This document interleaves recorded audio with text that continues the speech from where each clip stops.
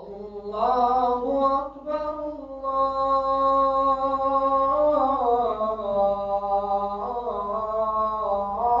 الله أكبر. أشهد أن لا إله إلا الله.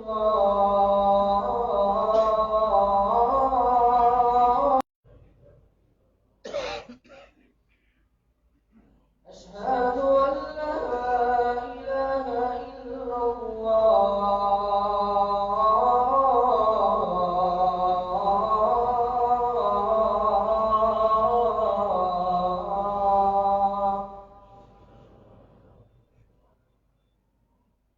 أشهد أن محمدا رسول الله.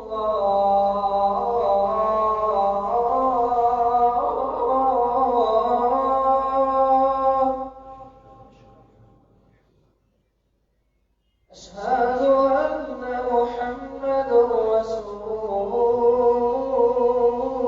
الله.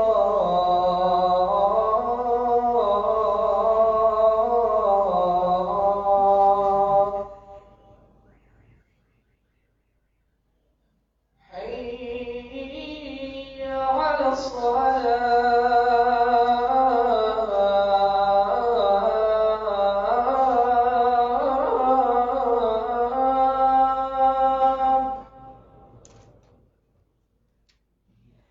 حي على الصلاة.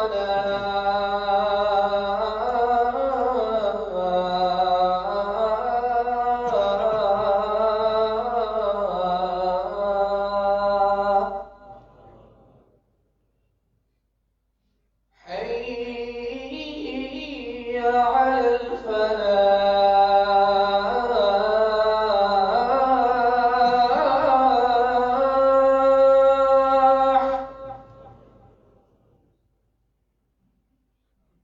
حي على الفلاح.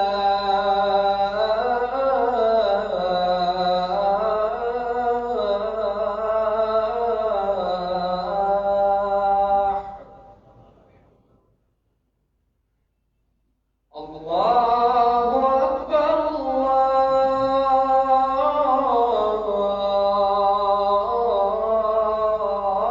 الله أكبر. لا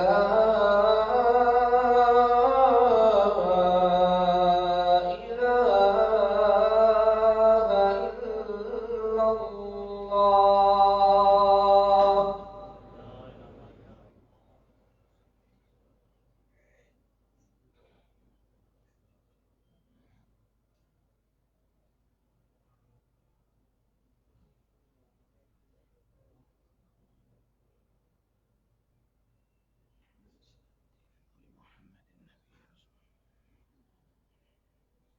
إن الحمد لله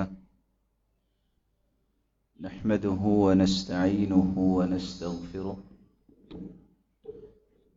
ونعوذ بالله من شرور أنفسنا وسيئات أعمالنا. من يهده الله فلا مضل له ومن يضلل فلا هادي له. وأشهد أن لا إله إلا الله وحده لا شريك له وأن محمدا عبده ورسوله. يا أيها الذين آمنوا اتقوا الله حق تقاته ولا تموتن إلا وأنتم مسلمون. يا أيها الناس اتقوا ربكم الذي خلقكم من نفس واحدة وخلق منها زوجها وبث منهما رجالا كثيرا ونساء. واتقوا الله الذي تساءلون به والأرحام إن الله كان عليكم رقيبا. يا أيها الذين آمنوا اتقوا الله وقولوا قولا سديدا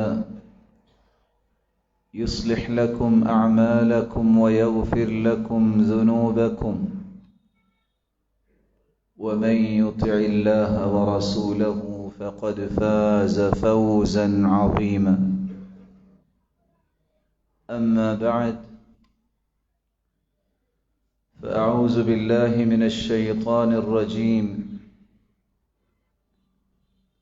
وعباد الرحمن الذين يمشون على الأرض هونا وإذا خاطبهم الجاهلون قالوا سلاما. لائق صد تکریم سامعین مکرم،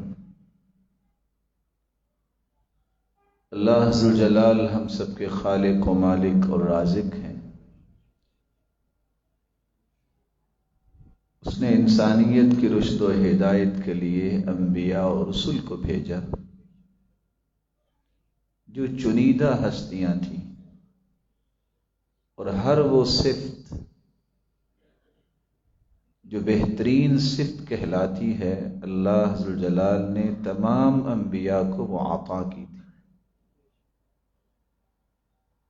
انبیاء اور رسل نے جن اصولوں کی روشنی میں اپنی اپنی امت کی تربیت کی،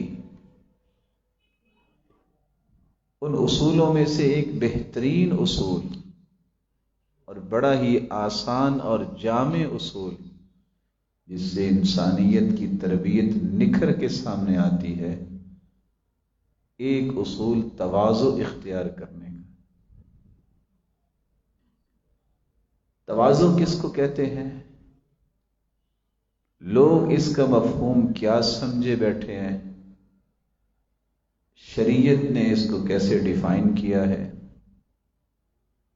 اور اس عظیم خصلت اور اصول کے متعلق قرآن و حدیث نے ہمیں رہنمائی کیا دی ہے، اور میں اور آپ اگر اس نعمت سے محروم ہیں تو ہمیں فکر بھی کرنی ہے، اور اس کو حاصل کرنے کے لیے ہمیں کرنا کیا چاہیے۔ تواضع الاستسلام للحق وترك الاعتراض على الحكم۔ تواضع اختیار کرنے کا معنی صرف یہ نہیں کہ پھٹے پرانے کپڑے پہن لو، گردن جھکا کے بس چلتے رہو، نہ دین کی کوئی خبر ہو، نہ دین کو پیش آنے والے فتنوں کی خبر ہو، اور نہ ہی دنیا کے ہی کام آؤ، بس دکھانے میں یہ دکھا دو کہ مجھ سے بڑا کوئی پارسا نہیں ہے کیونکہ میں نے پھٹے پرانے کپڑے پہنے ہوئے ہیں۔ یہ ٹوٹلی طور پہ دین کا مزاج ہی نہیں ہے۔ وَرَسَاسُ ثَوْبِكَ لَا يَزِيدُكَ رِفْعَةً عِنْدَ الْإِلَٰهِ وَأَنْتَ عَبْدٌ مُجْرِمُ۔ اگر تم اللہ کے ہاں مجرم ہو، فرائض کی پابندی نہیں ہے، اللہ کا خوف نہیں ہے، اور حقوق کی ادائیگی نہیں ہے، تو آپ جتنے بھی پھٹے پرانے کپڑے پہن لیں گے، یہ آپ کو اللہ کے ہاں کوئی عزت نہیں دلائیں۔ اور اگر آپ اچھا لباس پہن لیں لیکن اللہ ذو جلال کے فرائض کی پابندی کرتے ہیں، تو یہ آپ کی قدر و منزلت میں کبھی کمی نہیں ہونے دیں۔ ان اللہ جمیل یحب الجمال، اللہ جمیل ہیں اور جمال کو پسند کرتے ہیں۔ تواضع یہ ہے الاستسلام للحق، حق بات کے سامنے سرنگوں ہو جانا، وترک الاعتراض علی الحکم، اللہ کے فیصلوں پر زندگی میں کبھی اعتراض نہیں کرنا۔ سوچا جائے تو ہمیں حق بھی نہیں کہ ہم اللہ کے فیصلوں کو چیلنج کریں، نعوذ باللہ من ذالک۔ یہ تواضع ہے جہاں حق بات آ جائے، حق کہتے ہیں قرآن کو، حق کہتے ہیں حدیث کو جو صحیح ثابت ہو جائے۔ اللہ کے انبیاء بھی حق ہیں، اور اللہ کی ذات تو ویسے خالق ہے۔ جب حق آ جائے تو اس کے سامنے کوئی دوسری بات نہ ہو، وہاں سر جھکا دینا اور اللہ کے فیصلے پر کسی قسم کا بھی کوئی شکوہ اور شکایت اور اعتراض نہ کرنا، یہ تواضع ہے، یہ عجز و انکساری ہے، یہ وہ صفت ہے جس سے انسان اللہ کا محبوب بن جاتا ہے۔ تواضع کے بارے میں حسن بصری رحمت اللہ علیہ سے کسی نے سوال کر دیا کہ تواضع سنا ہے کہ بڑی خوبصورت صفت ہے، اس کا معنی کیا ہے؟ سیدنا حسن بصری فرمانے لگے، ان تخرج من منزلک ولا تلقى مسلما الا رأيت له عليك فضلا۔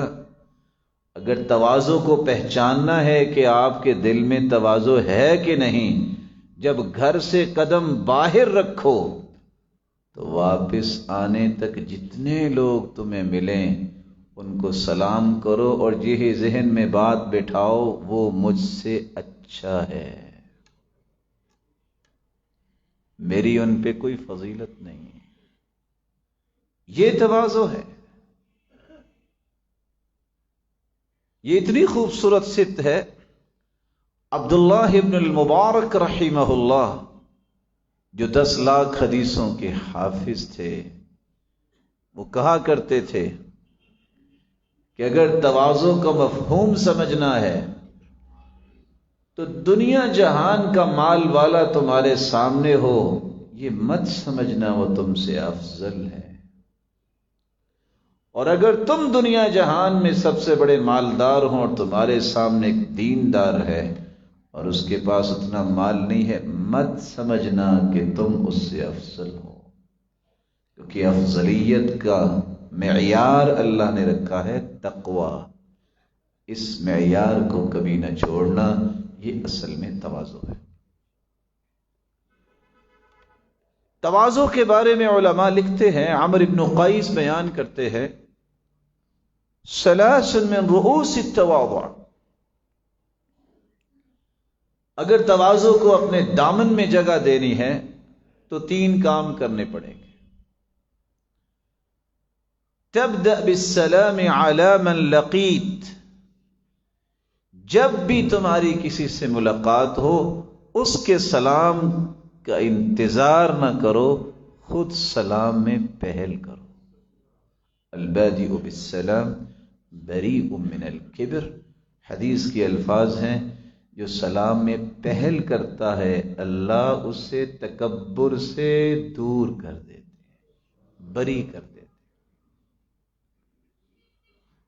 وَأَن تَرْضَى بِالْمَجْلِسِ الدُّونِ مِنَ الشَّرَفِ، اگر کسی جگہ جاؤ، تمہیں جہاں بھی جگہ مل جائے، تمہیں تکلیف نہیں ہونی چاہیے کہ مجھے یہاں کیوں جگہ ملی ہے وہاں کیوں نہیں ملی۔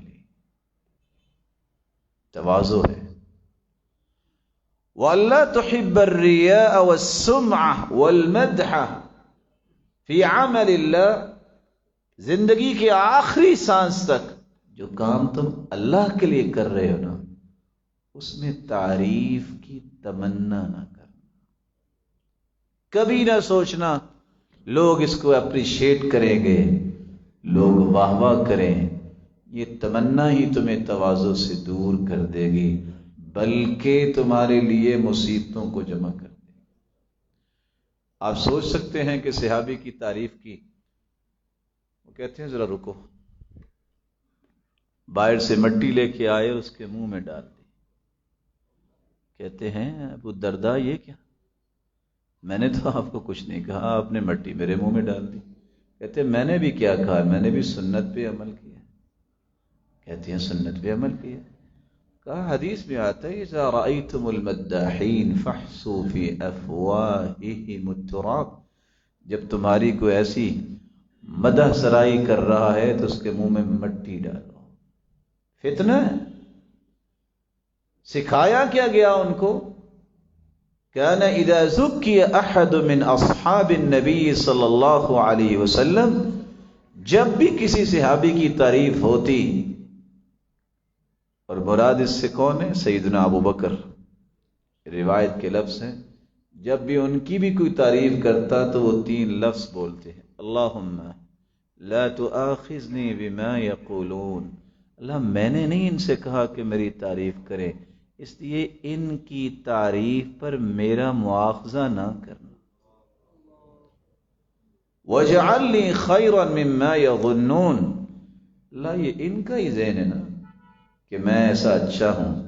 اللہ ان کے گمان اور ذہن سے بھی مجھے اچھا بنا دے. وَاغْفِرْ لِي لِمَا لَا يَعْلَمُونَ. یہ میری تعریفیں اس لیے کر رہے ہیں، ان کو میرا پتہ نہیں. اللہ، تو جانتا ہے. ایسی کمی کوتاہی جو تو جانتا ہے، لوگ نہیں جانتے، اللہ تو وہ بھی معاف کر دے. ہم تو پیسے دے کے نعرے لگواتے ہیں نا. صحابہ کرام کو کوئی مفت نعرے لگاتا، کوئی بات کرتا تو اس پہ بھی پریشان ہو جاتے کہ یہ کہیں مجھے فتنے میں نہ ڈال دے. تواضع یہ ہے کہ اللہ ذوالجلال کے لیے جو آپ کام کر رہے ہیں، جب آپ کی تعریف اللہ اپنے فرشتوں کے سامنے کریں گے، بھلا اس جیسی بھی تعریف ہو سکتی ہے؟ اور وہ کو 2-4 فرشتے تھوڑے ہیں، کھربوں فرشتوں کے سامنے خالق و مالک اور آپ کا کریٹر جو ہے آپ کے بارے میں کمنٹ پاس کرے، یہ میرا پیارا بندہ ہے. پوری دنیا جمع ہو جائے، اللہ کی قسم اس تعریف کے مقابلے میں کیا حیثیت رکھتی ہے؟ تعریف وہ ہے، کالے رنگ کا غلام ہو بلال، زمین پہ چلے اور اس کے قدموں کی آہٹ جنت میں سنائی دے. یہ تعریف ہے. اس کی تمنا کریں کہ میں اللہ کے ہاں محبوب بن جاؤں. تعریفیں تعریفیں. علیک بذکر اللہ و تلاوت القرآن. کثرت سے ذکر اور کثرت سے تلاوت کرنے والے کو یہ انعام ملتا ہے. فَإِنَّهُ رَوْحُكَ فِي السَّمَاءِ وَذِكْرُكَ فِي الْأَرْضِ. اللہ آسمانوں کی بھی سیریں اسے کرواتے ہیں اور دنیا کے ہر فرد کے دل میں اس کی محبت پیدا کر دیتے. تواضع کے بنیادی طور پر 3 درجات ہیں.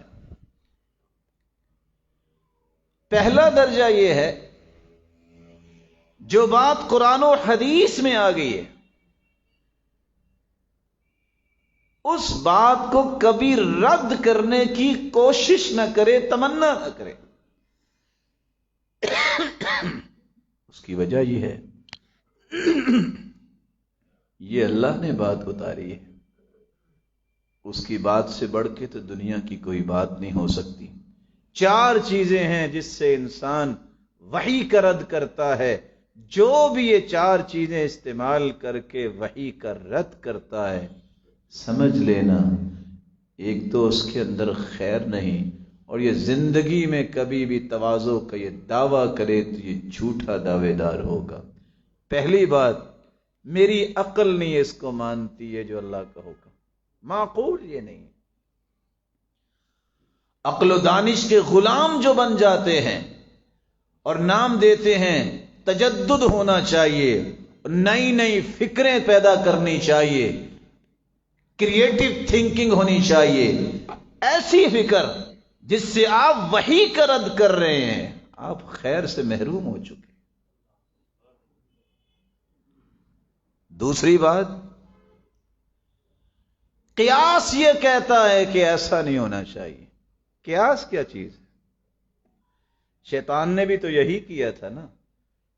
میں آگ سے بنایا گیا ہوں، یہ مٹی سے بنایا گیا آدم. وہ تو مٹی پاؤں کے نیچے رہتی ہے، آگ کے شعلے تو اوپر کو اٹھتے ہیں. اس لیے علماء نے لکھا ہے سب سے پہلے قیاس تو ابلیس نے کیا تھا.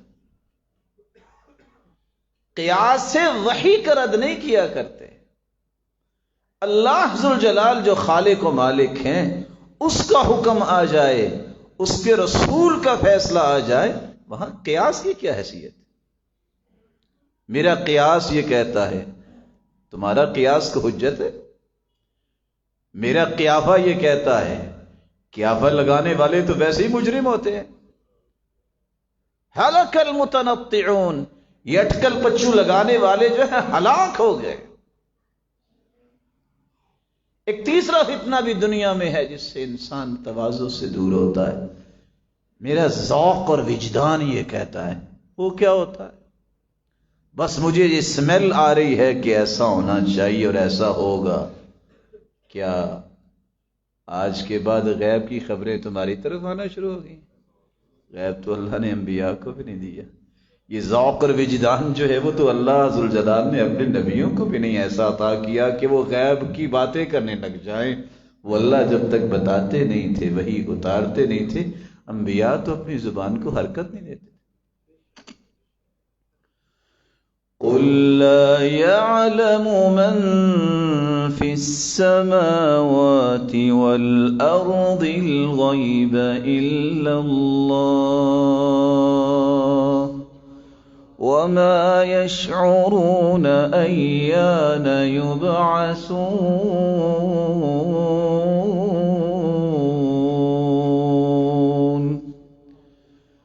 میرے محبوب آپ خود اعلان فرما دیجئے، زمین و آسمان کی غیب کی خبریں صرف اللہ کے پاس ہیں، کسی اور کے پاس نہیں.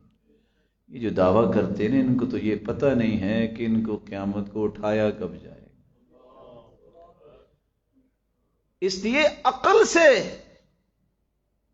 قیاس سے، ذوق اور وجدان سے، کچھ لوگ کہتے ہیں جی وجد میں آ گیا. آپ ذرا اس کو دیوار پہ بٹھا کے کہیں نا اب وجد پہ آؤ. میرا ذوق یہ کہہ رہا ہے. اور امام ذہبی نے تو کتنی بڑی بات لکھ دی کہ اگر کوئی یہ دعویٰ کرنا کہ میرا ذوق اور وجدان میں یہ ہے، سمجھ لینا یہ شیطان انسانی شکل میں ہے. میں اگلی بات نہیں پیش کرتا جو انہوں نے لکھ دی ہے کہ اس کے سینے پہ مار کے اس کے لٹاؤ، اس کے سینے پہ چڑھو. یہ شریعت کو مذاق سمجھ رہا ہے. اللہ ذوالجلال نے 23 سال میں قرآن اتارا، وجد کیوں نہیں اتار دیا؟ ذوق کیوں نہیں دے دیا؟ یہ قرآن کیسے دیا ہے؟ چوتھی مصیبت یہ ہے جو آج ایک نئی شکل اختیار کرے گی جس سے انسان شریعت کا رد کرتا ہے. جہاں عقل ہے، جہاں قیاس ہے، جہاں ذوق اور وجدان کی باتیں ہیں، کہتے ہیں بس سیاست یہ ہے. وہ کچھ سیاسی بات بھی کرنی پڑتی ہے. ہم تو کہتے ہیں سیاسی بات کیا، سیاسی رویے اختیار کرو. لیکن کون سی سیاست جو انبیاء نے کی؟ وہ کیا ہے؟ حسن تدبیر، حسن انتظام، لوگوں کے معاملات کا خیال رکھنا، مانیٹرنگ کرنا کہ شریعت کے موافق کون سی بات ہے اور کون سی بات شریعت کے مخالف ہے. مخالف بات کو دور کر دینا، صحیح بات پہ لوگوں کو قائم رکھنا. یہ انبیاء کی سیاست تھی. کانت انبیاء بنی اسرائیل تسوسہم. اور آج کل کی سیاست سوس سے ہے، کیڑے نکالنا، بس سارا دن جھوٹ بولو، دھوکہ دو، فراڈ کرو. یہ سیاست ہے. اسلام اس سے بری. جو اسلام جھوٹ اور دھوکے اور فراڈ سے منع کرے وہ اس کا حکم دے سکتا ہے؟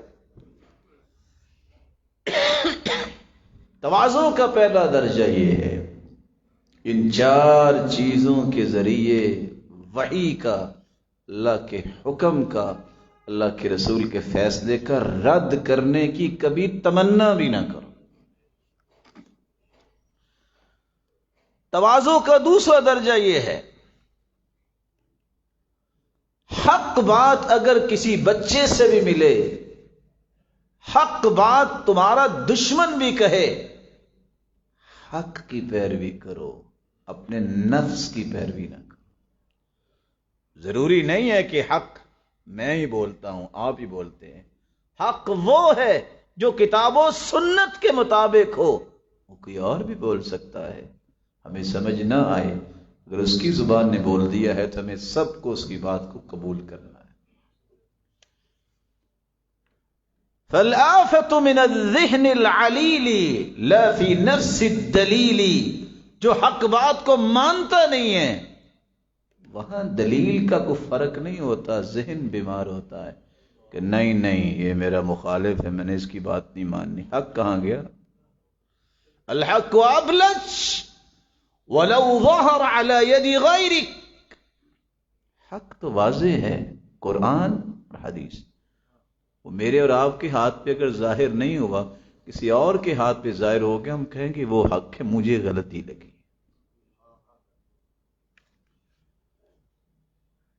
جس طرح اپنے محبت کرنے والے کی بات آپ مانتے ہیں کہ یہ حق ہے، اپنے دشمن کی بات بھی ماننے کے لیے جب آپ تیار ہو جائیں کہ چونکہ اب یہ حق بول رہا ہے، میں نے اب اس کی بات ماننی ہے، سمجھ لینا آپ تواضع کے دوسرے درجے پہ فائز ہو گئے۔ امام احمد بن حنبل فرمایا کرتے تھے ما ناظرت الا لتبیین الحق، میں نے پوری زندگی مناظرہ صرف اس لیے کیا کہ حق واضح ہو، بلکہ میں خواہش کیا کرتا تھا یا اللہ جو حق بات ہے میرے مخالف کی زبان پہ ظاہر کر، کیوں؟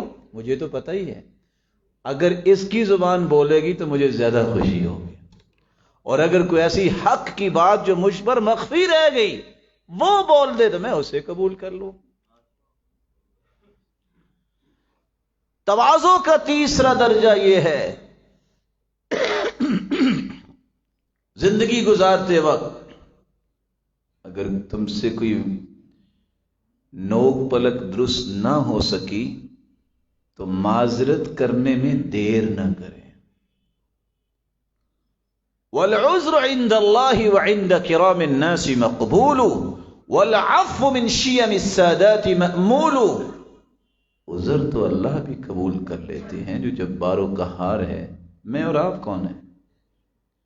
معذرت کو قبول کرنا سب سے آسان زندگی کا رویہ ہے، یا کسی کو معاف کر دو یا کسی سے معافی طلب کر لو، اس سے آسان راستہ جو ہے پرسکون زندگی گزارنے کا اور کوئی نہیں ہے۔ رسول اللہ صلی اللہ علیہ وآلہ وسلم نے امت کو یہی بات سمجھائی تھی، جس دن دل اس بات پہ تیار ہو جائے کہ میں نے معاف کرنا ہے، اللہ اس سے اپنی معافی سے محروم نہیں کرتا۔ اس لیے صحابی نے سوال کیا، اللہ کے رسول ایک بات سمجھنا چاہتا ہوں، ایمان کے تو درجے بہت ہیں، سب سے افضل درجہ کون سا ہے اور سب سے افضل مومن کون ہے؟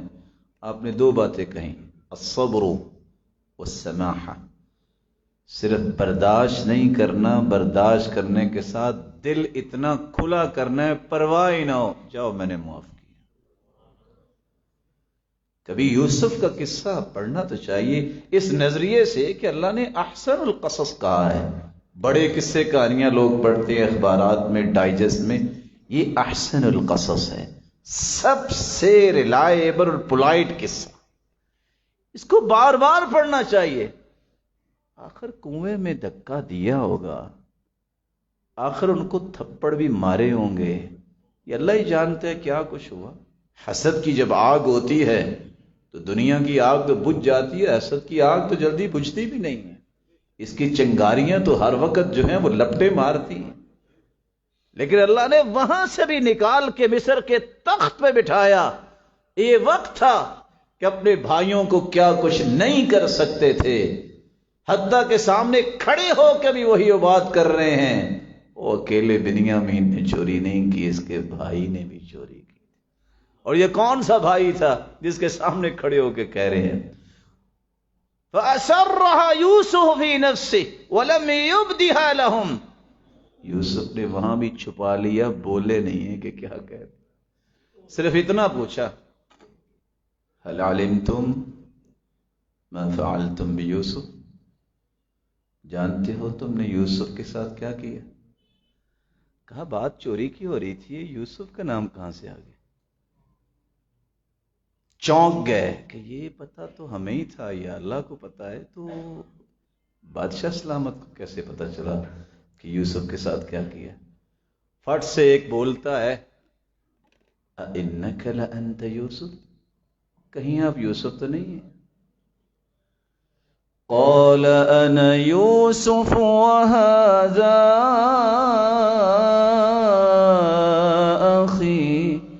قد من الله علينا إنه من يتق ويصبر فإن الله لا يضيع أجر المحسنين.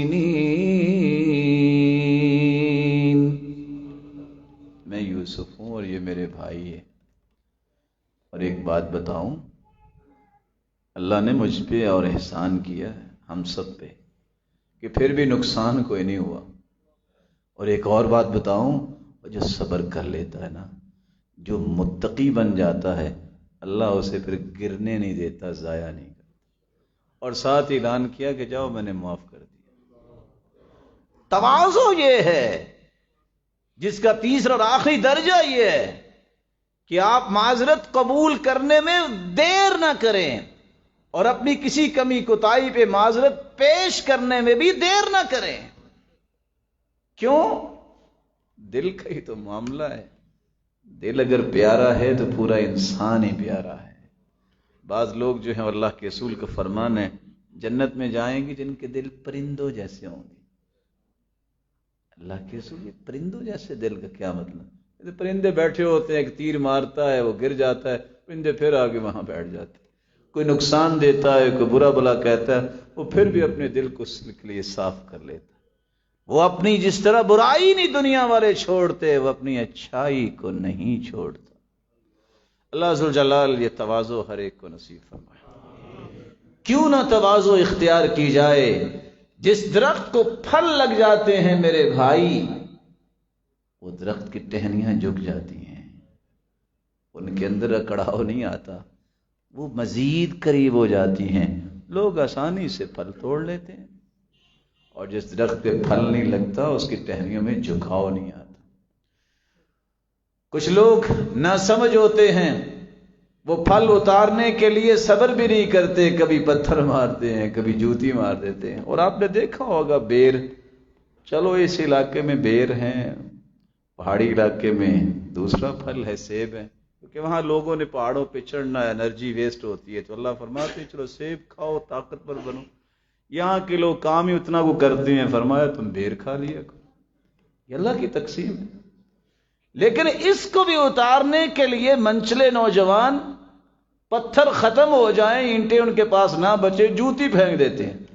تو وہ کیا کرتا ہے، چلو تم تو نہیں آئے تو 2 منٹ جوتی سے یہ معانقہ کر لیتے ہیں. کچھ دیر اپنے پاس جوتی بھی رکھتا ہے بیر کا درخت، لیکن پھر بھی اس کے مقابلے میں وہ پھل پھینکتا ہے، وہ آگے سے پتھر نہیں مارتا. تواضع یہ ہے. آپ کا جواب وہ ہونا چاہیے جو صحابہ کا تھا. آپ کا جواب کن کالشجرہ یرمی الیہا الاحجار وترمی الیہم الاسمار. درخت بنو جس کو مارے تو پتھر جاتے ہیں، وہ جواب میں پھل پھینکتا ہے. اللہ کے رسول صلی اللہ علیہ وسلم نے فرمایا، خطبہ دیا، ان ربی امرنی ان اعلمکم ما جہلتم مما علمنی یومی ھذا. آج میرے رب نے مجھے حکم دیا ہے کہ میں تجھے وہ باتیں سکھا دوں جو تمہیں پتہ نہیں. اور آج ہی میرے رب نے مجھے حکم دیا کہ سکھاؤ. کیا سکھاؤ؟ ان اللہ اوحى الی ان تواضعوا. اللہ نے وحی باقاعدہ اتاری ہے کہ تم تواضع اختیار کرنا.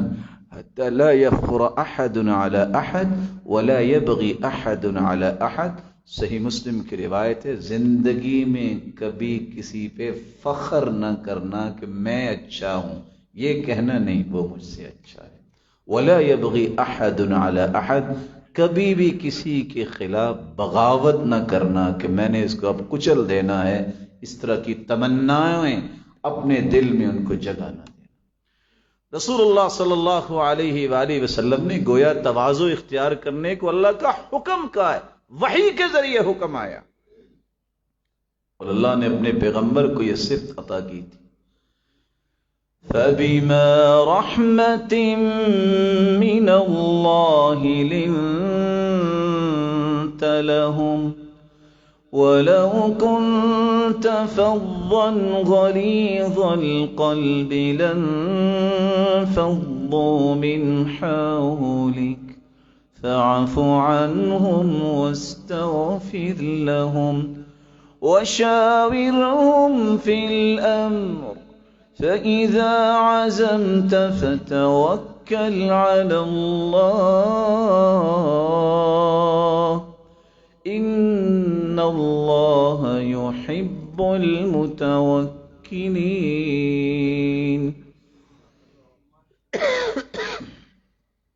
میرے محبوب اگر تیرے اندر تواضع نہ ہوتی،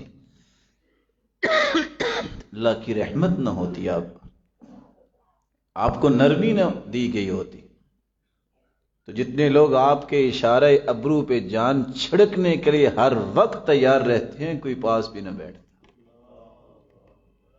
یہ آپ کے اندر خصوصیت ہے جو اللہ نے کسی کو عطا نہیں کی، نرمی، تواضع، اور اس صفت کی وجہ سے ہر شخص جان چھڑکنے کے لیے تیار رہتا ہے. جبریل امین رسول اللہ صلی اللہ علیہ وسلم کے پاس آئے اور آ کے کہتے ہیں ایک فرشتہ آیا ہے جو آج تک زمین پہ نہیں اترا. سلسلہ صحیحہ کی روایت ہے 1002. اور اس فرشتے نے آ کے یہ پیغام دیا، یا محمد ارسلنی الیک ربک، میرے رب نے، تیرے رب نے مجھے بھیجا ہے کہ میں آپ سے پوچھ لوں.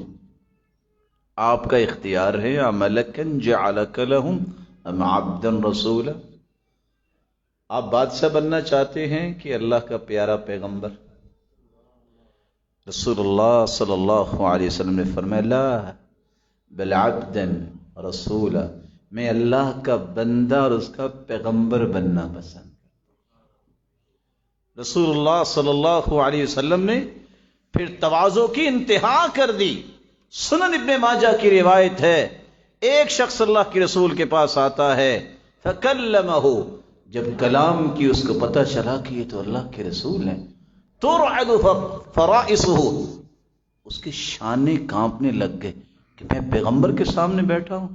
آپ نے فرمایا، ہون علیک، ہون علیک، پریشان نہ ہوئے، فإنی لست بملک انما انا ابن امرأة، میں بادشاہ نہیں ہوں، میں تو اللہ کا بندہ ہوں، پریشانی والی بات نہیں.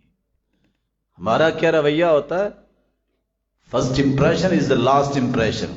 جملے یاد کیے ہوئے ہیں، ایک مرتبہ ایسی چڑھائی کرو اس کو پتہ چل جائے کہ کس کے سامنے بیٹھے ہو. یہ تواضع اختیار کرنے والوں کی باتیں نہیں ہوتی. پانی سے جس طرح آپ پتھر کو کاٹ سکتے ہیں، الصوت الہادی ابلغ من الصراخ، چیخنا اتنا قیمتی نہیں ہوتا جتنا آہستہ آواز وہ قیمتی ہوتی ہے، وہ دلوں کو چیر کے گزر جاتی ہے. رسول اللہ صلی اللہ علیہ وسلم کی تواضع کی حالت دیکھی. یخیط صوبہ، اگر اپنے کپڑے کو ٹانکنے کی ضرورت پڑتی تو وہ خود ٹانک لیتے. یخصف نعلہ، جوتا درست کرنے کی ضرورت پڑتی تو کر لیتے. یرقع دلوہ، ڈول ٹوٹ جاتا تو اس کو ٹھیک کر لیتے. یحلب شاۃ، اپنی بکری کا دودھ خود دھو لیا کرتے. وَيَعْمَلُ مَا يَعْمَلُ الرِّجَالُ فِي بُيُوتِهِمْ، ہر وہ کام جو گھر میں لوگ کرتے ہیں اللہ کے رسول بھی کیا کرتے. كَانَ لَا يَأْنَثْ أَن يَمْشِي مَعَ الْأَرْمَلَةِ وَالْمِسْكِينِ، کسی بھی مسکین کے ساتھ جانے میں کوئی انہیں عار محسوس نہ ہوتی کہ میں مسکین کے ساتھ چلوں. والارملہ، اور بے وگان کے ساتھ. ویقضی لہ الحاجہ، اور ان کی ضرورت پوری کرنے کے لیے کبھی ان کو پریشانی نہ ہوتی. رسول اکرم صلی اللہ علیہ وسلم کان یجلس علی الارض، زمین پہ بیٹھتے. ویأکل علی الارض، اور زمین پہ بیٹھ کے ہی کھاتے اور کہتے انما انا عبد، میں تو اللہ کا بندہ ہوں، میں تو اللہ کا بندہ ہوں. کس قدر تواضع تھی رسول اللہ صلی اللہ علیہ وسلم کی کہ اگر کوئی باسی چربی سامنے رکھ دیتا، کوئی مسکین دعوت دے دیتا تو آپ اس کی دعوت کو ٹھکرایا نہیں کرتے تھے. کوئی جلی ہوئی کھری آپ کے سامنے رکھ دیتا تو آپ کا یہ مطالبہ نہیں ہوتا تھا جو آج مطالبہ ہوتا ہے. یہ دعوت ہے، یہ کھانا ہے، اور ساری اللہ کی نعمتیں ہیں. اور میرے پیارے بھائیوں، اللہ چاہے تو ٹکڑوں میں بھی وہ طاقت ڈال دے جو مرغن چکن میں بھی نہیں ڈالے گا. فیصلے اس کے ہی ہیں. دیکھ لو دیہاتوں میں جا کے کیا کھاتے ہیں وہ. ٹکڑا ہاتھ میں پکڑا ہوتا ہے، قمیض اور شلوار بھی نہیں ہوتی، نکر پہنی ہوتی ہے. اس کو آپ کہہ کے دیکھو کہ آپ کے ابو کدھر ہیں، وہ آپ کو جواب دے گا. آپ کو سمجھ آئے گی کس پہلوان سے بات کر رہے ہیں. کہ جاؤ، چھوٹا سا بچہ، اس کے مقابلے میں ایک نہیں 6 چیزیں کھانے والے شہر میں. ناراض نہ ہوئیے کہ میں کچھ شہر کی بات اس انداز سے نہیں کر رہا، میں صرف بتانا چاہتا ہوں کہ برکت اللہ کے ہاتھ میں. صبح جی اس کو نگٹس دیتے ہیں، اور لنچ میں یہ کھاتا ہے، اور پھر برنچ بھی ہوتا ہے، پھر ڈنر میں یہ ہوتا ہے. بلی کو دیکھ لے چیخیں مارنا شروع کر دیتے. یہ قوت جو ہے برکت اللہ نے ڈالنی ہے. مت سمجھا کرو کہ کون سی چیز ہے، صرف اللہ کا شکر ادا کر کے اسے کھایا کرو. اللہ تو نے مجھے وہ عطا کیا ہے جس کے میں لائق نہیں تھا. رسول اللہ صلی اللہ علیہ وسلم کو اللہ نے تواضع کیسی دی؟ کوئی کر سکتا یہ تواضع؟ بیوی نے اونٹ پہ چڑھنا ہے، آپ نے اپنا گھٹنا پیش کیا ہے، یہاں پاؤں رکھو اور سواری پہ سوار ہو. کون ہیں؟ سید الانبیاء. بیوی رو رہی ہے کہ آپ نے اونٹ مجھے وہ دیا جو زیادہ دوڑتا نہیں، میں لیٹ ہو گئی. کون ہیں؟ قائد المرسلین.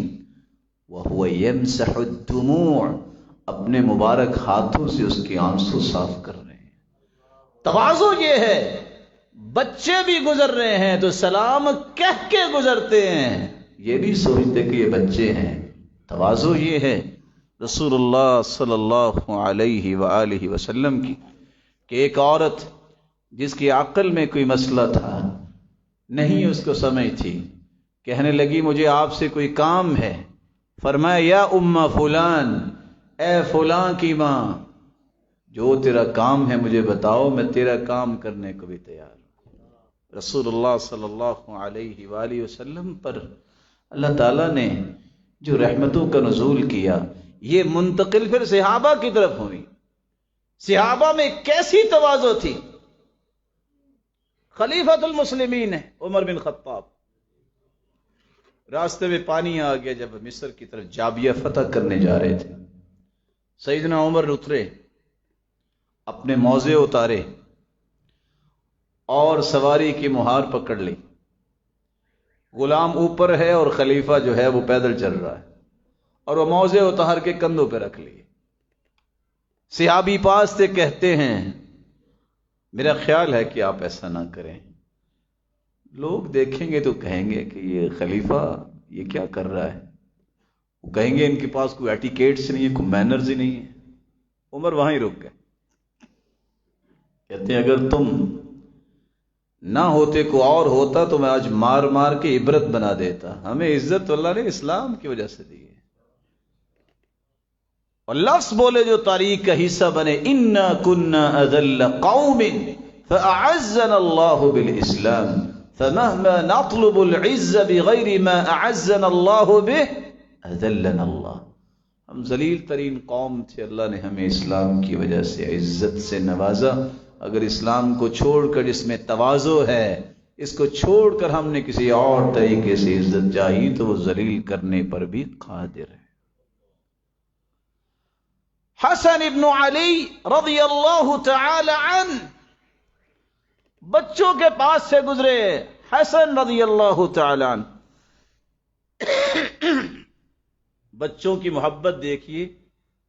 چھوٹا سا ٹکڑا ہے، وہ کہتے ہیں آئیں ہمارے ساتھ بیٹھ کے کھائیں، تو بیٹھ گئے. دیکھنے والے نے دیکھا جب وہ ان کے پاس بیٹھ کے کوئی ایک لقمہ لیا، کہتے ہیں اب تم بھی میرے پاس آؤ. گھر جا کے ان کو کھانا بھی کھلایا اور ان کو اور بھی تحفے دیے. کہا یہ کیا؟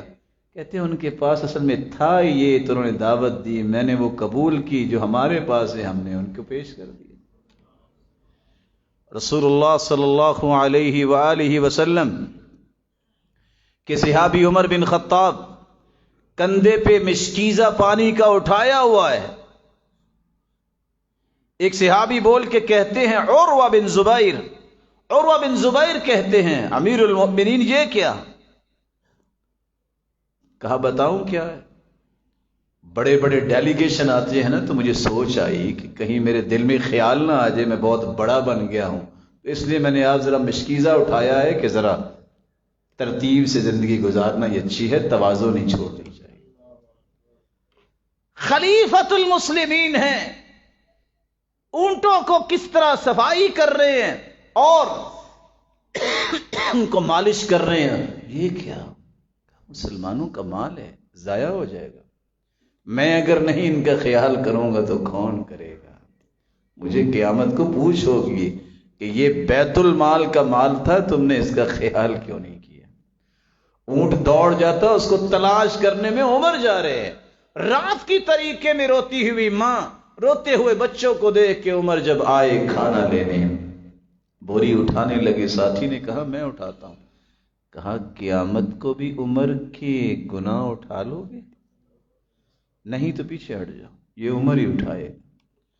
صحابہ کو بھی اللہ کے رسول نے تواضع سکھائی تھی، اور یہی وہ بات ہے جو رسول اللہ صلی اللہ علیہ وآلہ وسلم کے صحابی جب وہ شہید ہوئے، آخری سانسوں میں انہوں نے وصیت کی تھی عمر رضی اللہ تعالی عنہ نے کہ جا کے مومنوں کی ماں سے کہنا عائشہ سے کہ میرا جی چاہتا ہے کہ میری قبر بھی میرے دونوں ساتھیوں کے ساتھ بنے. یہ نہ کہنا کہ امیر المومنین کہتا ہے، کہنا عمر کہتا ہے. کہیں وہ امیر المومنین کا نام سن کے تو کہیں ڈر کے نہ جگہ دے، خوشی سے اگر وہ اجازت دے تو مجھے یہاں دفنا دینا، وگرنہ مسلمانوں کے قبرستان میں مجھے دفنا. رسول اللہ صلی اللہ علیہ وسلم کے ساتھ اس طرح وہ دنیا میں بھی تھے، وفات کے بعد بھی اللہ نے ان کا ساتھ رکھا. اللہ قیامت کے دن ہم سب کو ان کا ساتھ نصیب فرمائے. رسول اللہ صلی اللہ علیہ وآلہ وسلم نے فرمایا تھا 3 چیزوں پہ میں قسم اٹھاتا ہوں، ان میں سے ایک یہ ہے اللہ کی قسم وَمَا تَوَاضَعَ أَحَدٌ لِلَّهِ إِلَّا رَفَعَهُ اللَّهُ. اللہ کی قسم جو تواضع اختیار کرتا ہے اللہ اسے اتنا ہی بلند کرتے ہیں. یہ قسم اٹھانے والی ہستی کون ہے؟ جس کی زبان سے نکلنے والا عام لفظ بھی پوری کائنات کی صداقت سے بڑا ہوتا ہے. جہاں پوری کائنات کی صداقت ختم ہوتی ہے وہاں محمد مصطفیٰ کی صداقت کا آغاز ہوتا ہے. سیدہ عائشہ رضی اللہ تعالی عنہ اس لیے کہا کرتی تھی تغفلون افضل العبادہ، سب سے افضل عبادت سے تم غافل کیوں رہتے ہو؟ پوچھا وہ کون سی عبادت ہے؟ کہا تواضع. یہ سب سے افضل عبادت ہے، انسان کو عبادت پہ لگائی رکھتی ہے، اس سے کبھی بھی غفلت اختیار نہ کر. سیدنا ابوبکر صدیق رضی اللہ تعالی عنہ فرماتے ہیں ہم نے کرم دیکھا ہے تو تقوی میں، ہم نے اگر تونگری دیکھی ہے تو اس انسان کے پاس جس کے پاس یقین ہوتا ہے اللہ کے ساتھ، اور ہم نے اگر بزرگی دیکھی ہے تو ان لوگوں میں جن کو اللہ نے تواضع اختیار کرنے کی توفیق دی ہوتی. رسول اللہ صلی اللہ علیہ وآلہ وسلم سے تربیت حاصل کرنے والے بیان کرتے ہیں دل کی اصلاح 4 چیزوں سے ہوتی ہے. التواضع للہ، اللہ کے لیے تواضع اختیار کرنا. والفقر الی اللہ، ہمیشہ اللہ کے سامنے فقیر بن کے رہنا. والخوف من اللہ، دل میں خوف ہو تو اللہ تعالیٰ کا. والرجاء للہ، ساری امیدوں کا رخ کرے تو اللہ کی طرف کرے. جس کو یہ 4 چیزیں نصیب ہو جائیں اللہ ذوالجلال اس کے دل کی اصلاح بھی کرتے ہیں اور اس کے دل کو پسند بھی فرماتے ہیں. یہی لوگ ہیں جن کے اندر تواضع ہو اللہ ان کی دعا کو رد نہیں کرتے.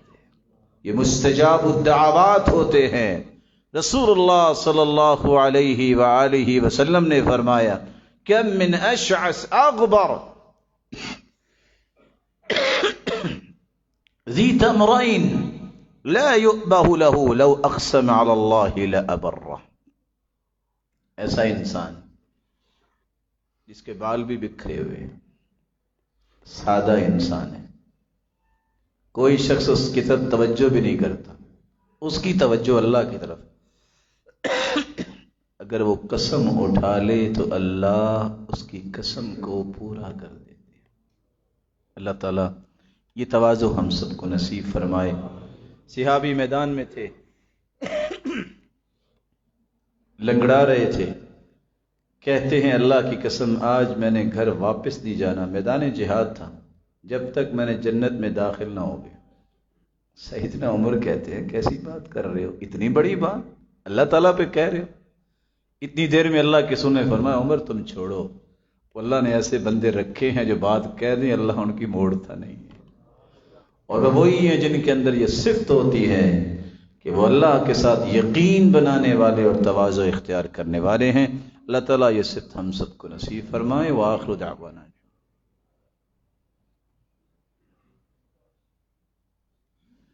الحمد للہ علی احسانہ والشکر لہ علی توفیقہ وامتنانہ.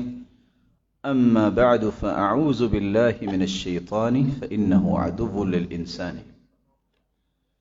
دنیا میں اگر کسی کی چاہت ہے کہ اللہ میری مدد کرے، میرے رزق میں فراوانی کرے، تو ایک بڑا سا آسان سا ایک راستہ ہے. سعد رضی اللہ تعالیٰ عنہ کو اللہ نے مال بڑا دیا تھا، تو آپ نے بلا کے کہا ابغونی فی ضعفائکم فانما تنصرون وترزقون بضعفائکم. جو کمزور، جن کو لوگ کمزور سمجھتے ہیں نا، جو تواضع اختیار کرنے والے ہیں، لوگ سمجھتے ہیں کہ یہ کمزور ہیں، ان کی وجہ سے اللہ ذوالجلال تمہاری مدد بھی کرتے ہیں اور تمہیں رزق بھی عطا کرتے ہیں. رسول اللہ صلی اللہ علیہ وسلم نے فرمایا من ترک اللباس تواضعا للہ وهو يقدر عليه دعاه الله يوم القيامة على رؤوس الخلائق حتى يخيره من أي حلل الإيمان. اگر کسی کے پاس لباس پہننے کی طاقت ہے لیکن وہ لباس دوسروں کو دے دیتا ہے کہ ان کے پاس تو ہے ہی نہیں، میرے پاس تو کچھ ہے، طاقت ہے اس کے پاس، لیکن وہ اللہ کی رضا کو مقدم کر کے لوگوں کو دے دیتا ہے، اللہ قیامت کے دن سب کے سامنے فرمائیں گے ایمان کا لباس جو تمہیں پسند ہے نا جنت میں اجازت دیتا ہوں وہ تیری پسند کے مطابق تمہیں لباس دیا جائے. رسول اللہ صلی اللہ علیہ وآلہ وسلم نے فرمایا اللہ ذوالجلال کے ہاں سب سے پیارا انسان وہ ہے جس کو طوبہ جیسی نعمت ملے گی. اور طوبہ ایسا درخت ہے کہ اگر 100 سال تک گھوڑا دوڑتا رہے اس درخت کی چھاؤں کو کراس نہیں کر سکتا. یہ وہ شخص ہے، اس کو اگر کھڑا کر دیا جائے کہ آپ نے پانی پلانا ہے، کہتے ہیں میں پانی پلاؤں. اس کو کہہ دیا جائے بس تم نے تیر پکڑانے ہیں، کہتے ہیں ٹھیک ہے میں تیر پکڑا دوں. اجر میں بھی برابری ہے، لیکن قیامت کا دن ہوگا یہ سعادت، یہ خوش نصیبی، یہ بختوری اور اتنی بڑی جنت کا مالک بن جائے گا. اس تواضع کو اختیار کرنے کے 3 آسان طریقے یہ ہیں. سب سے پہلے اپنے آپ کو پہچانیے آپ کون ہیں. میں اور آپ اللہ کے بندے ہیں. اللہ کے بندوں کا کام یہ ہوتا ہے وَإِذَا خَاطَبَهُمُ الْجَاهِلُونَ قَالُوا سَلَامًا. کوئی جھگڑا بھی کرے تو سلام کر دیا کرو. وَعِبَادُ الرَّحْمَنِ، رحمان کے بندوں کی عادت یہ ہے يَمْشُونَ عَلَى الْأَرْضِ هَوْنًا، وہ تواضع کے ساتھ کرتے ہیں. اگر تو آپ عباد الرحمن ہیں تو پھر تو یہ کرنا ہوگا. عبداللہ ابن عمر نے دیکھا کہ ایک شخص اکڑ کے چل رہا تھا، کہتے ہم بھی سوچتے تھے پتہ نہیں کون ہوں گے. ان للشیطان اخوانا، شیطان کے بھی کوئی بھائی ہوتے ہیں وہ اکڑ کے چلتے ہیں. دوسرا طریقہ جس سے آپ تواضع اختیار کر سکتے ہیں، رسول اللہ صلی اللہ علیہ وسلم کے صحابہ ہر وقت اپنے آپ کو بابوز رکھنے کی کوشش کیجیے. اللہ کا ذکر جتنا کریں گے اتنی شیطانی طاقتیں جو ہیں وہ ختم ہو جائیں گی، آپ میں خیر کی طاقت زیادہ آئے گی. اور تیسرا طریقہ، جن کو اللہ نے تواضع دی ہوتی ہے، علماء ہیں، ربانیین، مربیین، کبھی ان کی مجالس میں بیٹھا کرے۔ جو ٹیوننگ، جو ریفائننگ ان کی مجالس میں ہو سکتی ہے وہ کسی اور جگہ نہیں ہوتی۔ دعا یہ ہے کہ اللہ قیامت کے دن کائنات کی سب سے اعلیٰ ہستی محمد رسول اللہ، ان کی رفاقت نصیب فرمائے، اور آپ سب کو اللہ اپنا دیدار نصیب فرمائے۔ وآخر دعوانا الحمد للہ۔